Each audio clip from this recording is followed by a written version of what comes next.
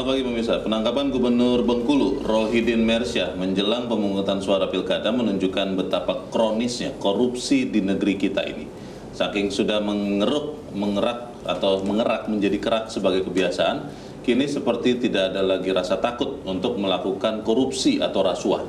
Rohidin yang kembali mencalonkan dirinya dalam pilkada kedapatan memeras jajarannya untuk mendapatkan dana pilkada. Rohidin dengan entengnya diduga meminta para anak buahnya menyetor uang donasi pilkada sebagai bentuk dukungan kepada dirinya.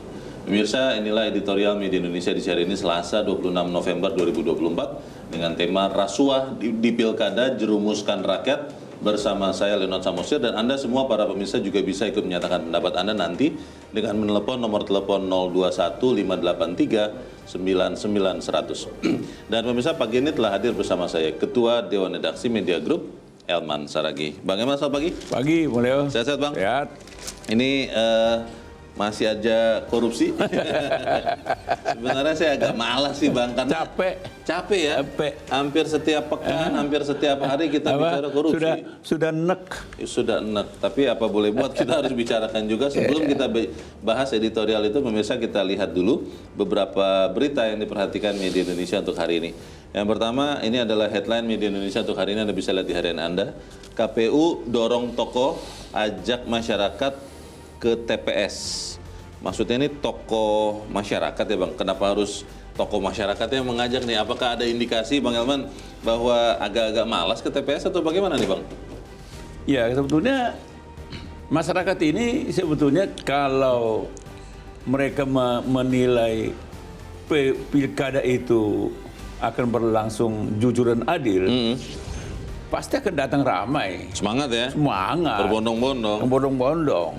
Tapi terkadang kalau mereka menonton, mendengar, nonton podcast, mungkin itu yang membuat mereka malas kan gitu kan. Kenapa? Maksudnya bagaimana Bang? Ya karena kalau kita tonton podcast kan sepertinya kan ya pemilu ini kan sepertinya kan ada atur-mengatur kan. Diduga ada skenario. Ada skenario kan. Wow. Nah, ini yang mestinya harus KPU tekankan. Netralitas ASN, netralitas TNI Polri, netralitas semuanya. Itu yang mestinya harus didorong.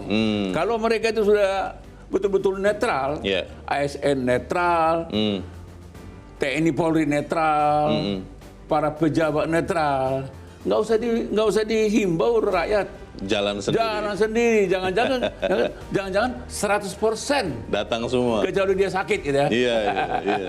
Itu iya sih, betul sih. Jadi ketika suasana kebatinan itu nyaman, ya pasti rakyat akan datang dengan riang gembira. Baik, kita harap ya rakyat tetap menggunakan jaminan jurdil itu yang harus ditegakkan. Oke, kita harap rakyat tetap datang ke TPS besok ya, hari Rabu ya Bang? Besok. Hari Rabu datang ke TPS untuk mencoblos di pilkada. Kita ke berita selanjutnya pemirsa di halaman 2, di halaman dalam di harian Anda. Ini juga ujung dari kasus yang kontroversial juga Bang Aman. Vonis bebas Supriyani jadi kado Hari Guru. Supriyani adalah seorang guru honorer di SD Negeri 4 Baito, Kabupaten Konawe Selatan, yang harus menjalani peradilan karena disebut menghukum anak didiknya memukul menggunakan gagang sapu. Tapi kemudian pengadilan mengatakan vonis bebas. Apa makna dari peristiwa ini Bang Elman?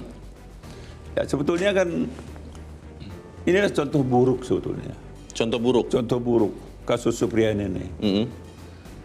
Bung Leo bisa bayangkan, sekiranya kasus Supriyani, guru Supriyani ini tidak viral, tidak ramai dibicarakan, kita nggak bisa bayangkan. Jangan-jangan dia akan tetap dihukum kan? Kita ini kan jangan-jangan kan? Betul. Tapi karena viral, ramai, semua kasih pendapat, semua menganggap Supriyani itu tidak salah, akhirnya jadilah seperti ini. Vonis bebas. Vonis bebas. Ya, kita tidak mau mengatakan vonis bebas ini karena tekanan masyarakat. Tetapi kan masyarakat menduga, ya kan? Ini kan contoh buruk. Bagaimana seorang guru ternyata tidak independen, tidak punya kebebasan, tidak punya kemandirian untuk mendidik seorang murid, kan gitu kan. Dan ini kan perlindungan ini yang sebetulnya tidak dimiliki oleh seorang Supriyadi dan mungkin tidak dirasakan oleh seluruh guru-guru di Indonesia. Di dalam berita Bang, di bagian tengah dikatakan Menteri Pendidikan Dasar dan Menengah Abdul Muti akan menandatangani nota kesepahaman dan perjanjian kerjasama dengan Polri yang di dalamnya memuat kesepakatan agar masalah kekerasan dalam pendidikan diselesaikan secara damai dan kekeluargaan sehingga guru tidak menjadi terpidana. Ini penting nih Bang. Sebetulnya nota kesepahaman itu tidak terlalu berarti. Tidak perlu. Apa pentingnya? Asal semua sebetulnya semua orang masyarakat memahami apa fungsi dan tugas seorang guru. Iya. Fungsi seorang guru adalah mendidik. Iya. Bagaimana kalau misalnya guru ketakutan untuk mendidik? Bagaimana kalau guru takut mendisiplinkan anak? Sembarangan anak-anaknya. Mau kemana bangsa ini? Kacau balau itu. Kacau balau kan. Dan ini sebetulnya aparat semua itu, semua pemerintah harus menghormati kedaulatan seorang guru. Rakyat juga harus menghormati kedaulatan seorang guru ketika dia mendidik. Ketika dia mendidik, memang kadang-kadang dia harus menghardik untuk mendisiplinkan, tapi kan bukan menganiaya dia. Iya. Jadi menghardik, mendidik, mengedukasi. Betul. Jadi sebenarnya terus terang ini kemunduran buat pendidikan di Indonesia dengan kasus Supriyadi ini. Semoga ini menjadi titik tolak bahwa kemudian tidak ada lagi Supriyadi berikut Bang. Saya nggak yakin. Kurang yakin? Tidak yakin. Oke, kita sama-sama harapkan supaya kita semua sama-sama mengerti hukum. Karena mengerti hukum itu juga yang kita akan bahas di berita berikutnya, masih dari halaman 2, terkait dengan Cagup Bengkulu yang terjaring OTT bisa ikut pilkada. Ini karena aturannya bisa mengatakan begitu atau bagaimana Bang? Karena praduga tak bersalah kan sudah ketangkap uangnya juga nih. Ya udah, undang-undangnya kan seperti itu. Oh. Sebelum dia dipidana, berarti dia kan masih tetap boleh. Tetap boleh. Ya kan sekarang tersangka. Nanti jadi habis tersangka terdakwa kan. Nah kalau terdakwa, kalau vonisnya bebas. Kecuali kalau vonisnya dia hukuman positif. Pidana, nah itu apa? Makanya dia pun nanti kalau dia tetap ikut di pilkada ini dan kalau dia menang, dia tetap akan dilantik. Dilantik dulu. Lantik. Kalau belum terpidana. Ya, kecuali setelah dia mungkin nanti kita dilantik, mungkin dinonaktifkan. Tapi tetap dia gubernur. Aneh ya? Gubernur nonaktif. Iya. Nah, kecuali nanti kalau dia sudah dipidana, baru dia diberhentikan. Karena aturan hukumnya begitu. Aturan hukumnya seperti itu. Mau nggak mau kalau kita mematuhi hukum harus ikut. Ya, tapi Leo nggak usah merasa aneh. Aneh sih. Ini udah di Republik. Aduh. Mungkin rakyat aneh juga ya. Iya aneh lah Bang. Kok begini katanya kan? Karena kan akhirnya kalau saya berpikir begini Bang, misalnya ada 3 paslon. Yang satu ini kan 99,99%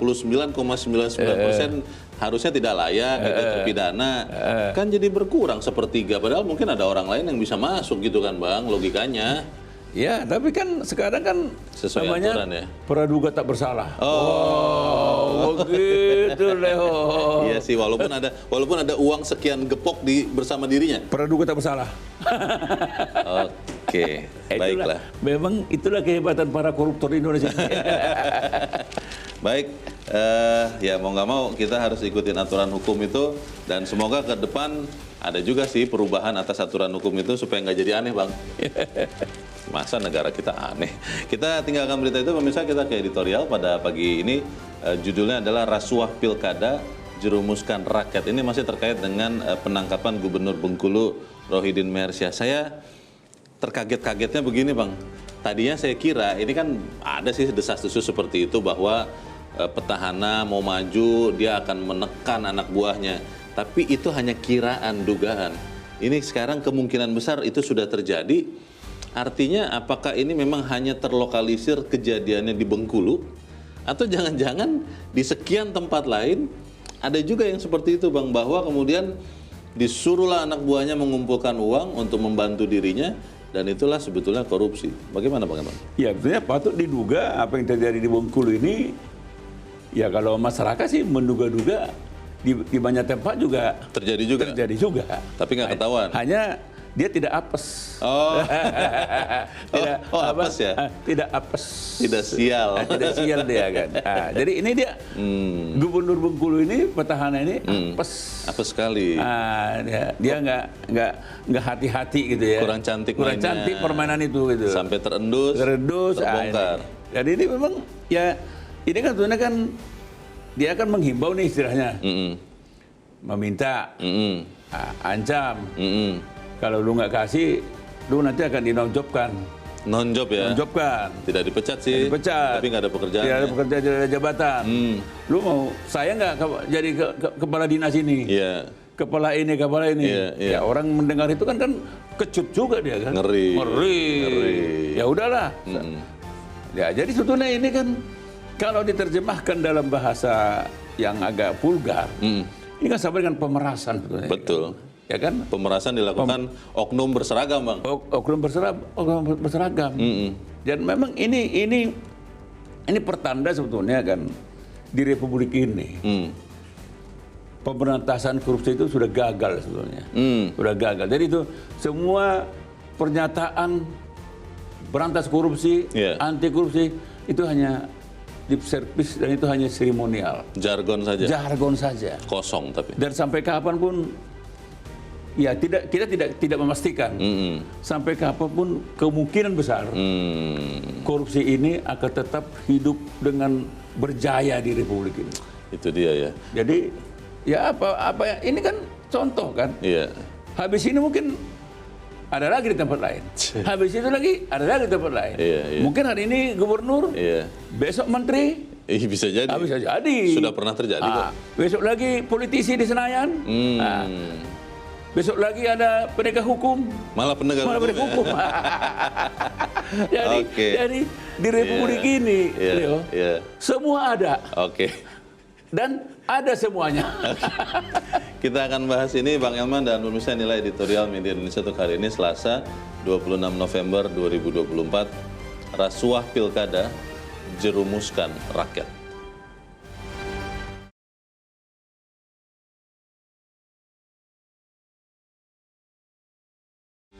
Rasuah pilkada jerumuskan rakyat.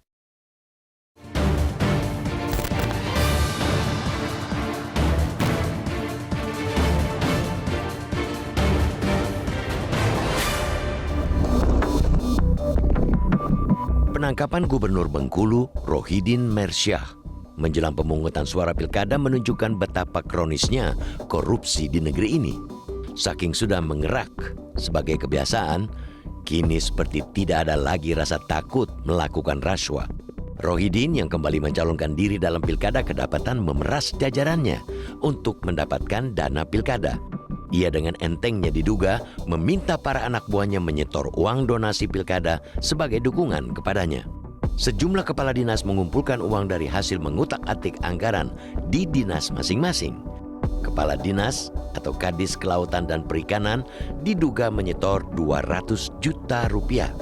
Kemudian, Kepala Biro Pemerintahan dan Kesra menyerahkan 1,4 miliar rupiah dari setoran donasi tiap satuan kerja.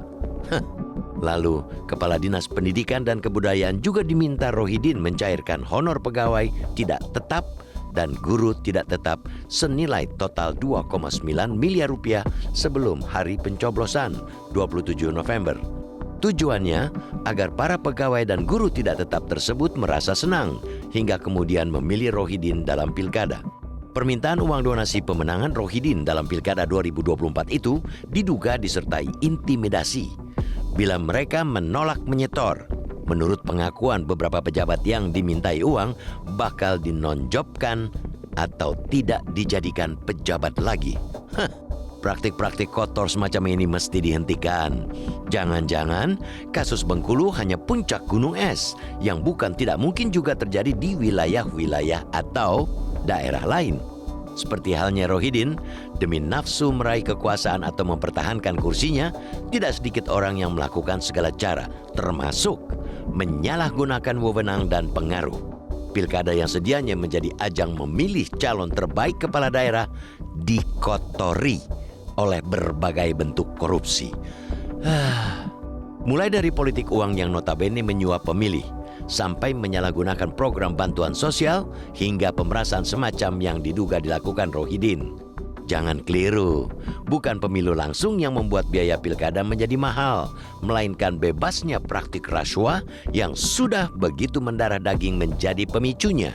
Perilaku korup dalam pilkada lah yang telah menciptakan politik berbiaya tinggi di negeri ini.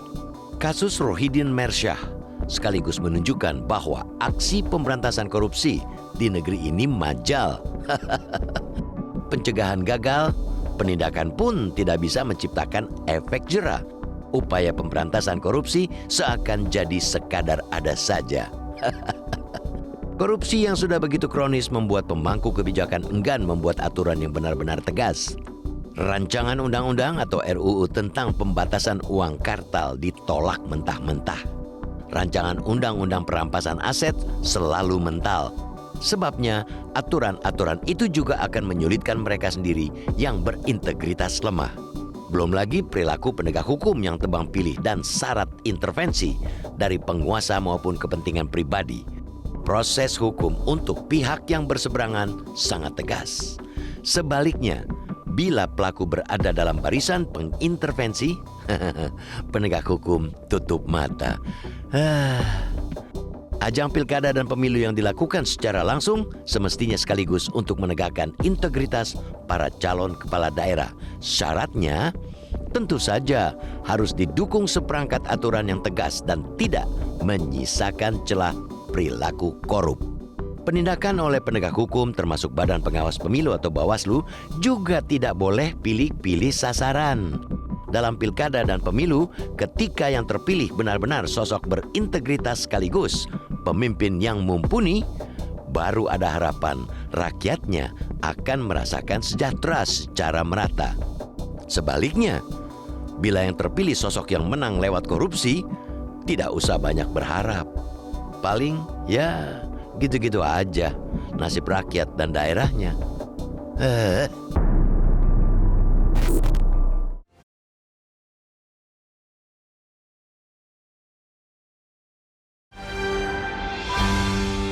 Di bagian berikut Anda bisa ikut menyatakan pendapat Anda terkait editorial pagi ini pemirsa. Untuk saat ini tetaplah bersama kami.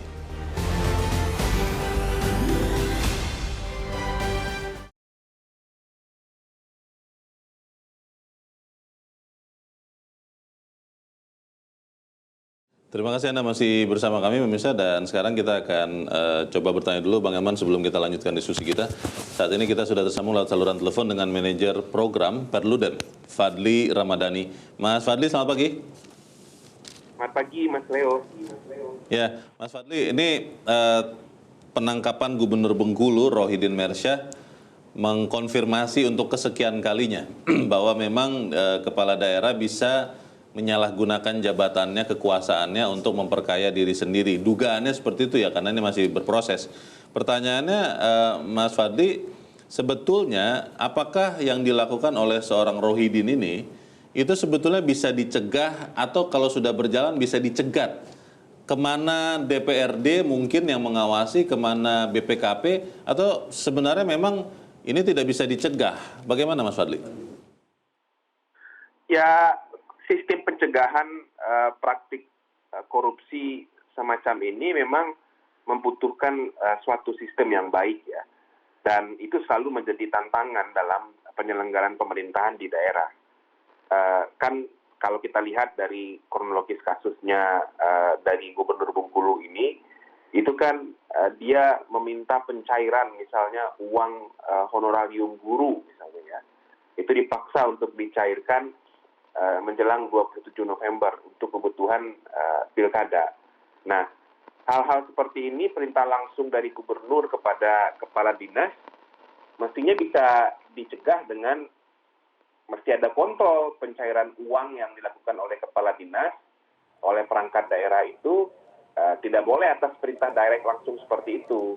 Misalnya ada satu organ lagi yang mengawasi untuk memberikan approval terkait dengan pencairan uang dalam sistem kerja perangkat daerah. Nah, hal-hal seperti itu kan bisa dibangun ya. Nah, tapi ya tentu tidak mudah, apalagi dalam ruang lingkup penyelenggaraan pemerintahan daerah yang sangat luas, apalagi dalam kedudukan gubernur juga sebagai pejabat pembina kepegawaian ya di pemerintah provinsi misalnya, dengan ancaman akan diberhentikan, akan dinonjolkan. Ini yang kemudian sering menjadi anomali dalam penyelenggaraan pemerintah di daerah, Mas Bowo. Kalau begitu, apakah misalnya mungkin mekanismenya diatur ya? Ini saya masyarakat awam saja nih Mas Fadli berpikir, kalau petahana itu benar-benar harus ada jeda waktu untuk dia tidak lagi berkuasa kalau dia memang mau maju lagi di dalam pilkada, supaya kemudian apapun yang dia lakukan ini tidak ditakuti lagi oleh anak buahnya begitu. Bisa ada mekanisme seperti itu tidak Mas Fadli? Nah, itu akan panjang juga diskusinya ya, kalau kemudian ada kewajiban untuk jeda bagi petahana. Menurut saya sih itu akan memberikan kerumitan tersendiri juga untuk memastikan kesempatan ya, atau memberikan kesempatan kepada calon kepala daerah untuk maju kepada second term ya, atau periode masa jabatan kedua. Kita bisa bicara juga nanti soal bagaimana dengan presiden misalnya, bagaimana dengan bupati, wali kota misalnya. Tapi menurut saya yang jauh lebih penting itu adalah memang di beberapa wilayah ya, lepas kondisi KPK sekarang seperti apa ya, itu kan dulu sudah dibangun bagaimana sistem pencegahan korupsi yang bisa dilakukan di daerah.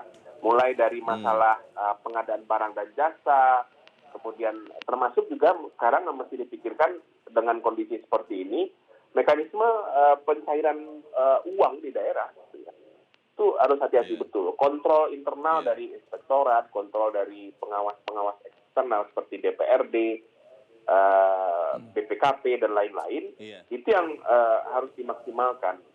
Dan hal-hal seperti ini juga yang sebetulnya membutuhkan proses pengisian lembaga di daerah atau SKPD di daerah itu mesti dilakukan dengan proses yang merit system dengan baik ya. Sayangnya kan sekarang Komisi ASN juga sudah dibubarkan tuh Mas, melalui revisi undang ASN. Sehingga kepala daerah itu merasa begitu powerful, tidak ada kontrol lagi dalam relasinya dengan pimpinan atau kepala dinas di masing-masing wilayah. Itu yang jadi soal sebetulnya.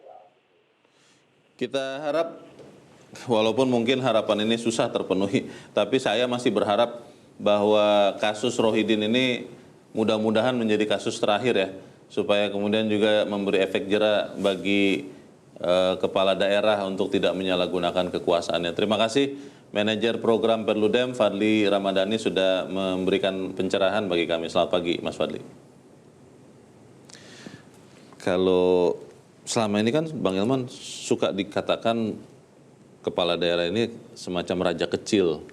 Semuanya di tangannya begitu, walaupun ada DPRD, ada BPKP, semuanya di tangannya.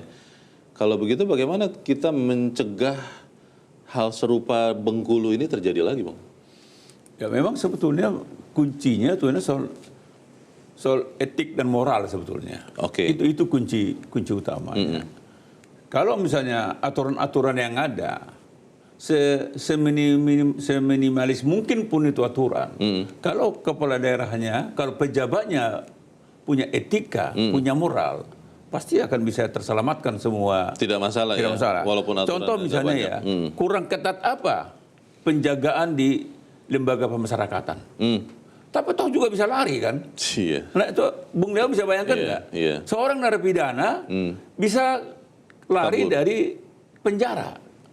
Yang padahal di sana semua pakai jeruji itu semua. Hampir bisa dipastikan tidak bisa.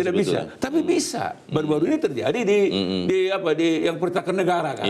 Artinya, jadi kembali kepada betulnya kan bagaimana ke depan negara mempersiapkan calon-calon pemimpin.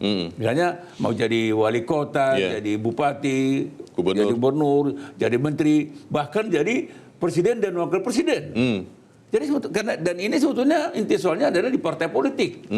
Kalau di sana sensornya tidak cakep, tidak apa betul-betul ketat, ya inilah akibatnya kan. Bayangkan seorang gubernur memeras Anak tanda buah. kutip ya, memeras anak buah. Untuk apa? Uang itu akan dia pakai untuk menggalang menggalang mandat dari rakyat supaya dia terpilih, bayangkan aja tuh. Menggalang itu sebenarnya bisa juga artinya sebenarnya menyuap juga masyarakat kan Bang? Ya semuanya itu kan uang ini akan dipakai untuk menyuap masyarakat kan. Iya. Supaya dia terpilih lagi. Jadi double-double nih kesalahannya. Uangnya sudah bermasalah dan haram lagi kan. Iya. Nah ini jadi soal. Jadi memang itu yang dari awal tadi saya katakan memang ya pemberantasan korupsi ini sudah gagal total. Karena kenapa ya Bung Leo ya? Kalau di negara-negara yang sudah maju, katakanlah misalnya Singapura misalnya, di Eropa sana misalnya, kalau ada kasus korupsi, itu betul-betul heboh itu. Besar itu. Besar, wah katanya kan. Tapi kalau di Indonesia terjadi gubernur korupsi tertangkap, menteri korupsi tertangkap, pejabat ini korupsi tertangkap, anggota DPR tertangkap gitu. Sini udah rakyat bilang memang kerjanya begitu tiap hari. Karena saking seringnya ya. Saking seringnya. Saking banyak dan masif. terbiasa. Bukan sering, masif. Masif ya, di mana-mana. Bahkan mungkin itu kan TSM terstruktur, masif, sistematis dan masif. Itu. Jadi sehingga masyarakat pun ketika ada OTT di Bengkulu ini, masyarakat biasa aja ditonton. Besok siapa lagi ya? Atau jangan-jangan besok nanti jam ini siapa lagi nih gitu. Bang, tapi ada yang mengatakan begini Bang, sebenarnya dengan kasus di Bengkulu yang ditangkap oleh KPK yang katanya mau menghilangkan OTT, tapi OTT ini nyata-nyata bisa menangkap seorang gubernur lancung. Artinya bahwa pemberantasan itu masih ada sebetulnya. Cuma memang kesadaran dari banyak orang untuk tidak korupsi yang tidak ada. Lalu penindakan ini masih ada, tapi pencegahannya yang relatif tidak ada. Ketika misalnya pengadaan barang, tadi Mas Fadli mengatakan, itu kan harusnya dari awal bisa didampingi supaya pejabat-pejabat ini tidak jadi korupsi begitu Bang. Bagaimana Bang? Ya kan sebetulnya kan sejak dari awal sebetulnya kan KPK juga bisa diminta masuk. Mendampingi. Kejaksaan juga bisa diminta masuk. Kepolisian juga bisa diminta masuk. Kalau memang niat awalnya baik, tidak korupsi, tidak menyalahgunakan, sebetulnya itu nggak masalah. Ya? Tapi ketika memang ada niat seorang kepala daerah tidak melakukan korupsi, sebetulnya tanpa mengundang KPK untuk membantu, tanpa mengundang Kejari bisa. Jadi harusnya bisa. Sebetulnya kan ya untuk apa lagi kita datangkan jasa dari kejaksaan atau kepolisian atau KPK kalau memang pejabatnya pun nggak ada niat gitu kan. Tapi ini kan pura-pura kan. Nah, diminta datanglah dibawanya semua aparatnya ke KPK. Minta tuntunan, minta pendampingan gitu kan. Nah, kalau memang niatnya tidak ada, ngapain dia harus bawa ke KPK? Ngapain dia minta jasa kejaksaan? Jadi sebetulnya kegagalan Republik ini adalah kegagalan membangun etik dan mental. Itulah musuh utama. Dan itu saya bilang pemberantasan korupsi di Republik ini sama seperti petani membersihkan alang-alang. Maksudnya bagaimana? Dibersihkan kan di atas saja bersihkan. Oh, tidak sampai akar. Besok lusa tumbuh lagi. Dan tumbuhnya subur dan lebih besar. Oh, lebih besar. Lebih banyak. Lebih banyak karena dipangkas di atas. Besoknya Leo tumbuhnya parah gitu. Ini yang terjadi. Sehingga memang saya tidak bisa bayangkan langkah apa lagi yang akan dilakukan pemerintah untuk memberantas korupsi ini. Sebab kalau korupsi ini tidak bisa berhasil diberantas, Leo, seberapa banyak pun APBN kita, itu akan habis, akan bocor, disikat oleh para koruptor ini. Presiden Prabowo kan jelas Bang, berkali-kali mengatakan memberantas korupsi. apakah kita tidak bisa meyakini bahwa apa yang dilakukannya dan seluruh jajarannya akan bisa meminimalkan korupsi di Republik ini. Tapi kita harus jeda dahulu, Bang Elman dan pemirsa tetap bersama kami. Editorial Media Indonesia segera kembali.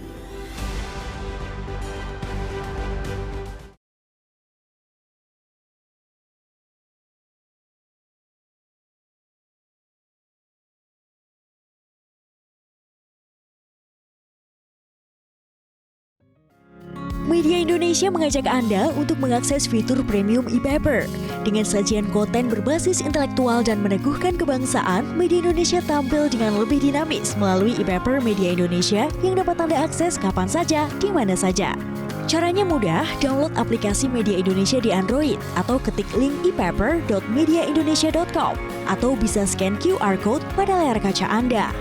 Klik tab e-paper di bagian samping layar tablet Anda, daftarkan data diri, serta pilih paket berlangganan e-paper Media Indonesia sesuai dengan kebutuhan Anda. Nikmati juga bonus spesial tambahan 4 halaman rubrik fokus setiap hari. Semua bisa Anda dapatkan hanya di e-paper Media Indonesia. Untuk informasi lebih lanjut, hubungi customer service di nomor 0811 1201 2018 atau kunjungi media sosial @Media Indonesia. Media Indonesia, referensi bangsa.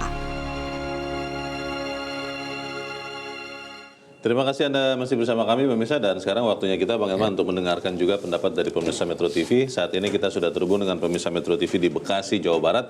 Ada Pak Ondo. Pak Ondo, selamat pagi. Selamat pagi Bung Leo, selamat pagi Bung Elman.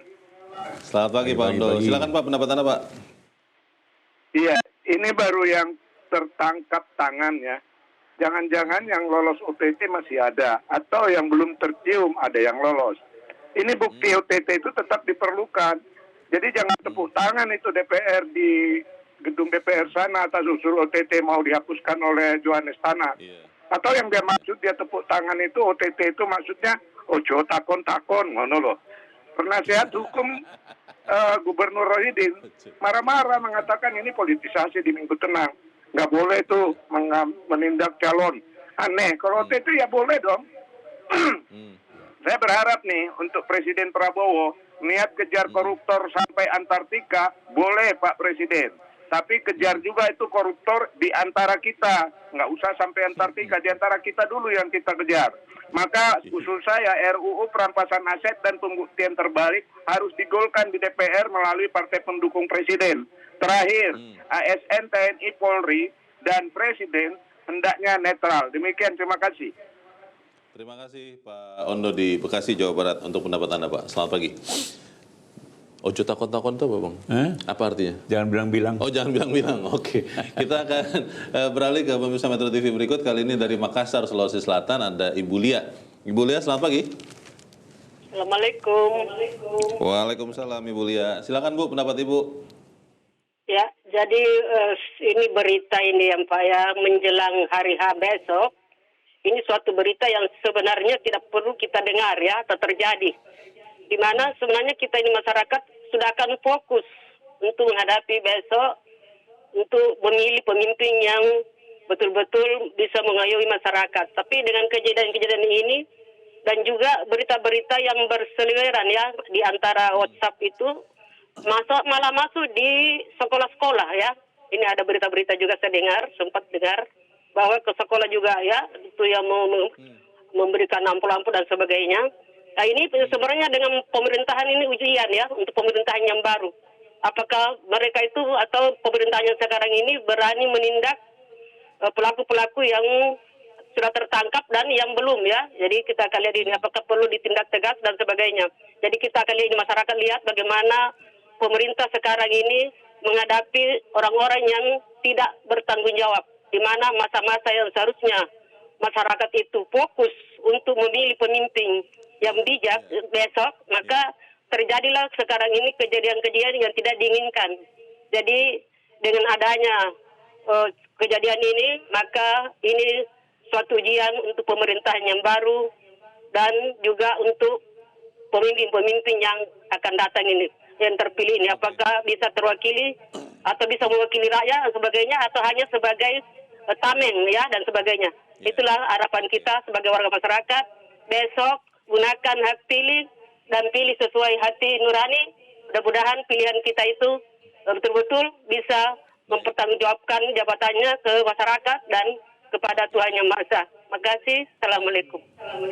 Waalaikumsalam. Terima kasih Ibu Lia di Makassar, Sulawesi Selatan untuk pendapat Anda. Selamat pagi. Di belakang Ibu Lia ada Pak Poli di Ambon, Maluku. Pak Poli, selamat pagi. Pagi Pak Leo. Pagi Pak Leo. Pagi Pak Hilman. Pagi Pak. Salam Ya, sehat Bapak-bapak. Salam sehat. Silakan Pak. Iya. Jadi rasuah pilkada jerumuskan rakyat. Saya mau mengatakan begini Pak Leo dan Pak Hilman. Kalau apa yang dilaksanakan atau apa yang merupakan program Pak Bengkulu, Pak Bupati, mantan gubernur yang masuk sebagai petahana ini, saya ikuti. Kalau menurut saya bukan saja OPD, kepala-kepala dinas OPD yang terlibat, Pak Leo dan Pak Hilman. Mungkin saja ada lagi rekanan-rekanan proyek yang merupakan pekerjaan dari Pak Gubernur ini, pasti ada juga yang terlibat, Pak, menurut saya. Dan saya kira ini bukan saja di Gubernur Bengkulu, tetapi harus dievaluasi. Mungkin saja kemungkinan ada juga di bupati atau wali kota gubernur yang lain. Dan saya kira ini praktek-praktek yang tidak bagus untuk memimpin ke depan. Karena bagaimanapun juga, kalau gubernur sudah kincing berdiri, pasti muridnya kincing berlari, Pak. Dan ini merupakan kerja keras dari Presiden Prabowo untuk bagaimana program beliau untuk memberantas korupsi ini, Pak Hilman. Jadi saya kira persoalan ini sangat ke depan bagi rakyat Indonesia tidak bagus, Pak Leo dan Pak Hilman. Bagaimana seorang gubernur harus memimpin rakyat dengan cara-cara seperti begini. Kalau saya dengan Pak Leo dan Pak Hilman. Terima kasih Pak Poli di Ambon, Maluku untuk pendapat Anda. Selamat pagi Pak. Para pemirsa, tadi Pak Ondo sangat menarik yang mengatakan bahwa inilah kesempatan untuk menunjukkan keseriusan memberantas korupsi. Bagaimana Bang?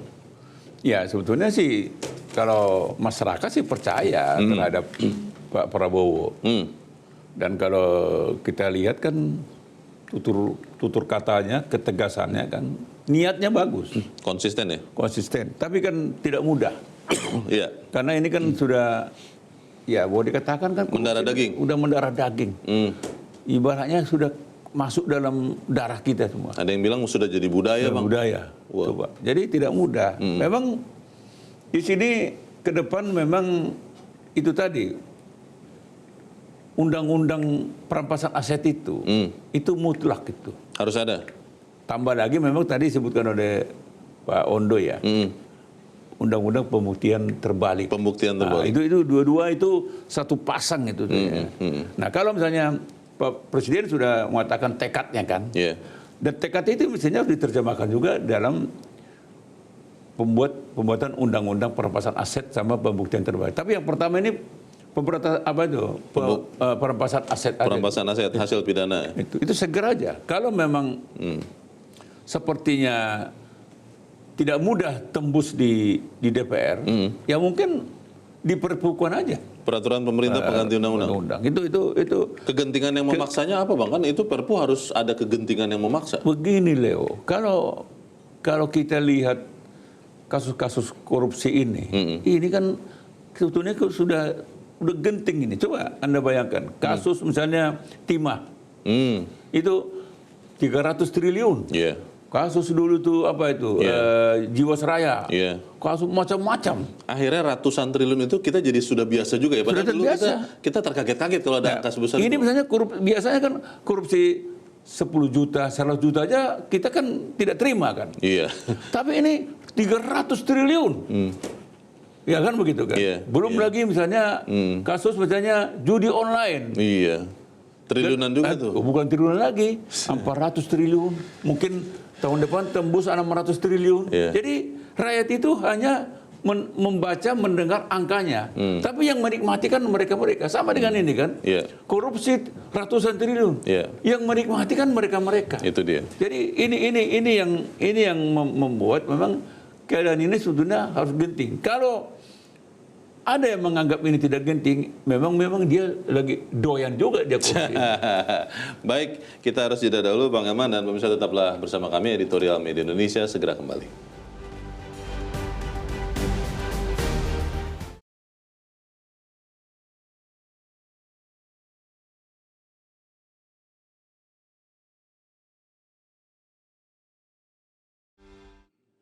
Terima kasih Anda masih bersama kami, pemirsa, dan kita ada di bagian akhir dari diskusi kita pagi ini. Bang Eman, kalau kita melihat sebegitu masifnya korupsi ini, dan kelihatannya yang disampaikan oleh Presiden Prabowo sejauh ini tidak berwujud kepada undang-undang yang tadi Abang sudah sebutkan, perampasan aset, pembuktian terbalik, di editorial ditambahkan juga pembatasan transaksi uang kartal. Artinya masalahnya itu ada di bagian tengah-tengah dong Bang. Ketika seorang presiden sudah bicara terus-menerus berantas korupsi, tapi tidak juga mewujud menjadi bentuk senjata ampuh untuk melawan korupsi. Yang di tengah-tengah ini berarti yang menghambatnya Bang. Bagaimana Bang? Ya memang sebetulnya kan kalau memang masyarakat kita terutama ya, sebetulnya kalau masyarakat sih sebetulnya kan pasti nerima kan, mendukung malah berharap kan. Iya dong, supaya hidupnya lebih baik. Sekarang di lini mana sebetulnya yang tidak ingin korupsi ini diberantas kan gitu. Akhirnya kan pertanyaannya jadi ekstrim seperti itu kan. Iya. Di lini mana sebetulnya kan gitu. Walaupun katakan kalau kita tanya misalnya orang Senayan, oh kita siap. DPR ya maksudnya. Kita dorong korupsi harus kita berantas. Kan begitu. Tapi ketika kita tagih, mana dong undang-undang perampasan aset? Tunggu dulu. Kajiannya belum ada gitu kan. Padahal korupsi itu sudah terjadi tiap detik. Pada saat bicara itu sedang terjadi korupsi itu. Nah, ini menjadi soal sebetulnya kan. Sebetulnya kan ketika presiden sudah menyatakan perang terhadap korupsi, bahkan beliau katakan akan saya kejar sampai ke antariksa dan menggunakan petugas khusus, pasukan khusus. Itu kan itu dahsyat kan. Nah, ini mestinya harus diterjemahkan para partai politik yang tergabung dalam KIM Plus itu kan. Koalisi Indonesia Maju. Nah, mestinya kan kalau memang mereka betul-betul senapas, sekata dengan presiden terpilih, Presiden Prabowo sudah definitif. Mestinya kan mereka sekata dong, ayo kita sama-sama kita bantu presiden. Iya. Karena kalau membantu presiden untuk kepentingan bangsa dan negara. Dan itu salah satu wujudnya ada undang-undang itu. Ya iya dong. Jadi kan sebetulnya kan dengan keadaan posisi KIM Plus sekarang ini, sebetulnya undang-undang apapun bisa jadi. Karena dominan. Mau 1 hari, mau seminggu, mau sebulan. Tidak jadi. Kalau mau gitu kan. Nah ini pertanyaannya kan di situ. Kayak kemarin saya baca di koran Arya Bima ya, yang dari PDIP mengatakan ya udah kalau memang rasa-rasanya ada hambatan di parlemen, pemerintah buat aja Perpu. Ini tantangan nih, tantangan dari PDIP ini kan itu. Buat aja Perpu. Nanti kita lihat fraksi mana yang tidak setuju. Nah iya kan? Caranya begitu ya? Caranya begitu. Akhirnya nanti kelihatan. Rakyat akan lihat. Kan sebetulnya, kenapa? Sepanjang undang-undang perampasan aset ini tidak hadir, maka sepanjang itu juga korupsi ini hanya perang dalam lip service saja. Hanya kampanye saja. Kampanye aja, hanya seremonial. Sekarang mana coba? Pejabat mana yang tidak menyatakan perang terhadap korupsi? Semuanya. Semua. Tapi pejabat itu juga yang tertangkap OTT. Akan begitu kan? Iya. Itu kan fakta yang terjadi. Oke. Nah, oleh karena itu memang ya harapan masyarakat sih ya mungkin ada baiknya Presiden Prabowo ya undang lagi dah partai-partai politik yang tergabung dalam KIM Plus ini. Nah, duduk. Ayo dong. Mungkin dengan setengah mengancam. Kalau kalian tidak mau segera, saya akan keluarkan Perpu loh. Saya perpukan nih. Perpukan ini. Nah, itu. Jadi memang kalau nggak lewat ya ya begini saja. Kita akan mewariskan negara yang compang-camping karena korupsi ada di mana-mana kepada anak cucu kita. Pasti kalau itu. Dan kemiskinan itu akan tetap menjadi milik kita semua. Anda bayangkan sekarang ya, Baik. indeks persepsi korupsi Ya, Indonesia stagnan di 34. betul. Timur Leste kebalikannya Ya, sudah 43. itu dia. Artinya Timur Leste jauh lebih baik daripada kita. Indonesia yang pernah menjadi tempat mereka bernaung kan Oke. gitu kan. Kita harap apa yang kita sampaikan ini juga menyumbang bagi pemberantasan korupsi supaya kemudian tidak terjadi lagi. Bang Eman Saragih, terima kasih sudah di tempat ini, Bang. Selamat pagi, Bang. Pemirsa, penindakan oleh penegak hukum termasuk Badan Pengawas Pemilu atau Bawaslu tidak boleh pilih-pilih sasaran dalam pilkada dan pemilu. Ketika yang terpilih benar-benar sosok berintegritas adalah pemimpin yang mumpuni, baru ada harapan rakyat akan merasakan kesejahteraan yang merata. Saya Leonard Samusi berterima kasih Anda sudah menyimak editorial Media Indonesia pagi ini. Terus jaga kesehatan Anda, terus jaga nurani Anda. Selamat pagi, sampai jumpa.